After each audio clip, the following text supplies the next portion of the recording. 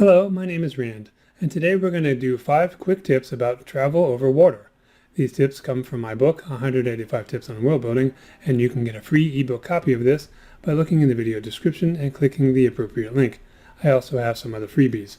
Tip number 1 is don't worry about it if you feel confused about everything that has anything to do with ships and sailing speeds.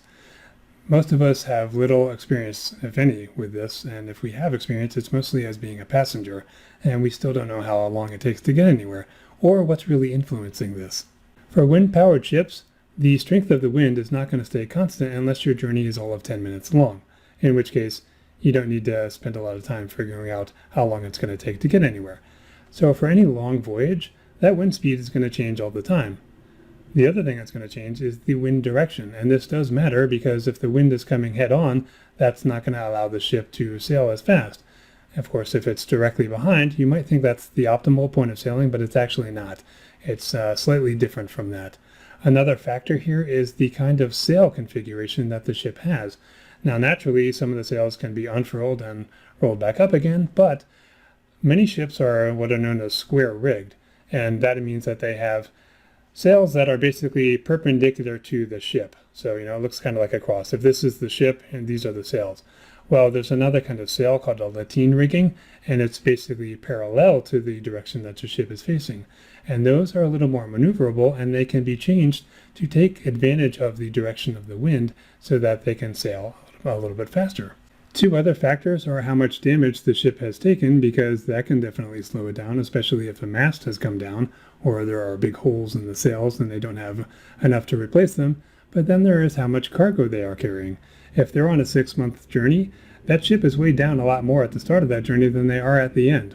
And of course, if they've been raided and a lot of that has been stolen by pirates, for example, that's going to have an impact. And so one of the great things about all of this is that the ship speeds are vary considerably, and so what that means is we have a lot of flexibility to figure out how long it takes for them to get there. So if we have a journey of 2 months, let's say it's 60 days, well, that could take anywhere from 55 days to 65 days. It could be even worse depending on what happens. So, we don't have to get stuck with specific estimates and someone saying that's not how long that would really take. However, it does pay to have a basic idea of the ship speeds, which we will cover in a few minutes. For ships that are not powered by the wind but by oarsmen and women, well, they can't sail at a steady, constant speed because of the rowing. They're going to get fatigued sooner or later. So this is another thing where there may be an optimal speed, but they can't continue that indefinitely. Another factor affecting them is their endurance and what they've been doing lately. If they just came off of a long voyage, they're probably going a little bit slower at the end. And if that voyage is a return voyage and they just came back from a battle and they lost maybe a third of their fighters, well, they're not going to be traveling as fast on the way back as they did on the way there. Now are they? Tip number 2 is to know ship rates. By ship rates, I don't mean first and third rate ships where one of them is better quality than the other.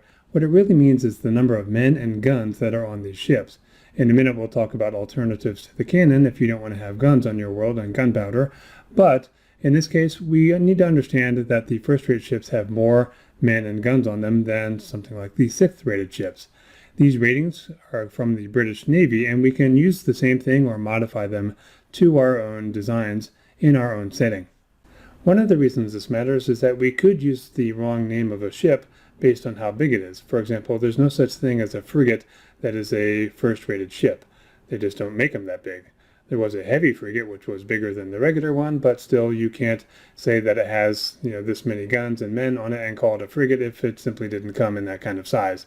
Now, technically, we are working on a world of our own, and we can do whatever we want, but there are other ship types that we can correctly use the name if we want a ship that comes that big. Another issue here is that smaller ships are unlikely to attack bigger ships, so a frigate is not going to attack a ship of the line because it's almost literally going to get blown out of the water. In fact, a ship of the line is called that because the ships were lined up in a row during a battle with other ships, and only the biggest ships did this. The frigates were not included in this because they were too small and outpowered. So one of the things the frigates would do is they would line up on the outside of that line of battle to relay messages from one ship of the line to the others. Those frigates were not to be fired upon, according to the rules of engagement, unless they had fired upon another ship first. Tip number 3 is about cannons, namely how to replace them. And why would we want to? Cannons are pretty cool, but in many fantasy stories, the authors don't want there to be gunpowder, and if there's no gunpowder, there are no cannons, and if there are no cannons, you have some pretty boring ships. So what can we do about this? Well, the alternative is to put another kind of weapon on the ship. And we're talking about ranged weapons here. So something like a catapult, it could work, and I remember seeing this in Game of Thrones, but it seemed a little bit fishy to me because in order for that to happen, the firing mechanism is going to be throwing this pole up into the air, and there's a long rope on it, and that's swinging something. And that could conceivably work if you only fired it to the port or starboard sides of the ship, never forward or aft, because the masts and the yards and the sails are going to be in the way. But even if you fired it left and right, you're going to have all these ropes that are essentially in the way, so it doesn't seem terribly plausible. So if we don't use the catapult, well then what can we use? I did a lot of looking into this, and it seems to me like the ballista, which is a giant crossbow, is the most plausible weapon. The great thing about a ballista is that in addition to having it on deck, we could have it inside the hull and firing through a hole in that hull just like cannons do. Now maybe the internal specs on the distances between those portholes and the cannons and all that need to be different, but most of us are probably not going to work that out because audiences don't know the specs on cannons, and they're not going to know the specs on our made-up ballista or how much space that would really take. So, we can just fudge it and say, okay, they're firing ballistas through the hull. This will work. And if you're wondering how much damage these can do, in the real world, I think it was the Roman ballista could actually pin a knight to a living tree from a considerable distance, something like 1,500 yards. I forget the number off the top of my head, but a living tree is harder wood than a dead tree, the planks that are used to make a ship. So you could certainly blow a hole in a ship if you wanted to. And then we can do things to reinforce that ballista, making it stronger with a fictional metal alloy like adamantine or something. So it's plausible. And plausible is what we need to do. Plausible is the bar we need to get over, I like to say. So this is a good option if you want powerful ships with powerful weapons that are not boring because you took out all the cannons because you don't want gunpowder. Tip number 4 is to know your ship types. And one great thing about this is that we actually don't need to invent any new ship types because most audiences don't read much about this, or even when they see them in a franchise like the Pirates of the Caribbean, they don't actually know the difference between one type of ship they're seeing and another. Mostly they think, oh, that's a nice looking ship. So they don't know if it's a ship of the line, a galleon, a sloop of war, or whatever else. They don't know what these are.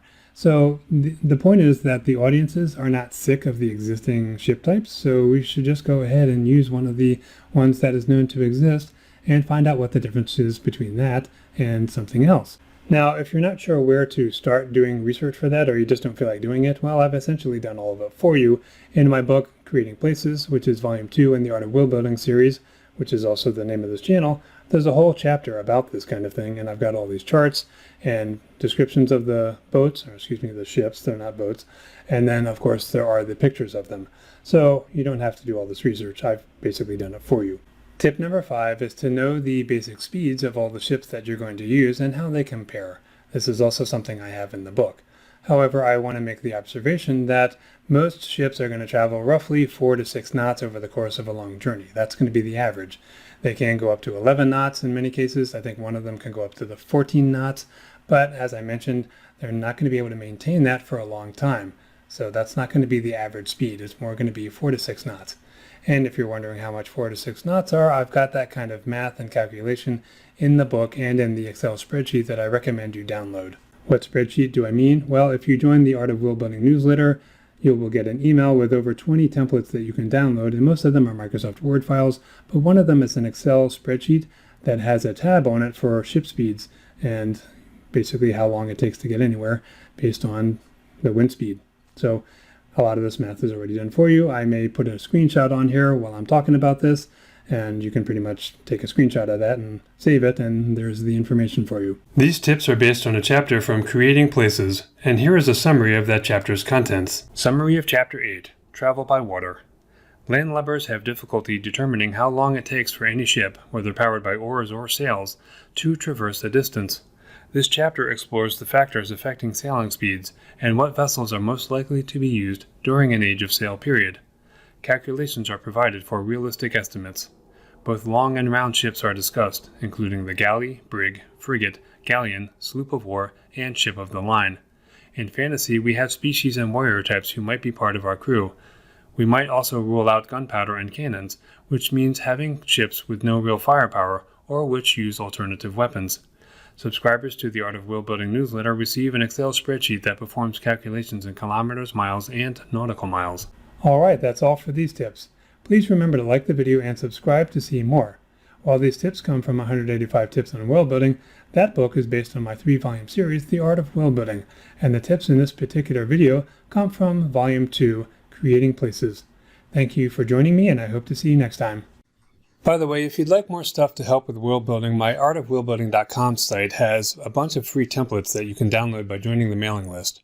You can click the link in the episode description or the little information button in the upper right-hand corner. There are over 20 of these templates, as you can see from this list. Most of them are Microsoft Word documents, but the 2 calculator ones, which come from my Creating Places book, are Excel spreadsheets that take care of the math for you. You can just type in measurements from a map and find out how long it takes to go somewhere by dragon, wagon, foot, or even ships. If you're enjoying the video, remember to click the like button and subscribe.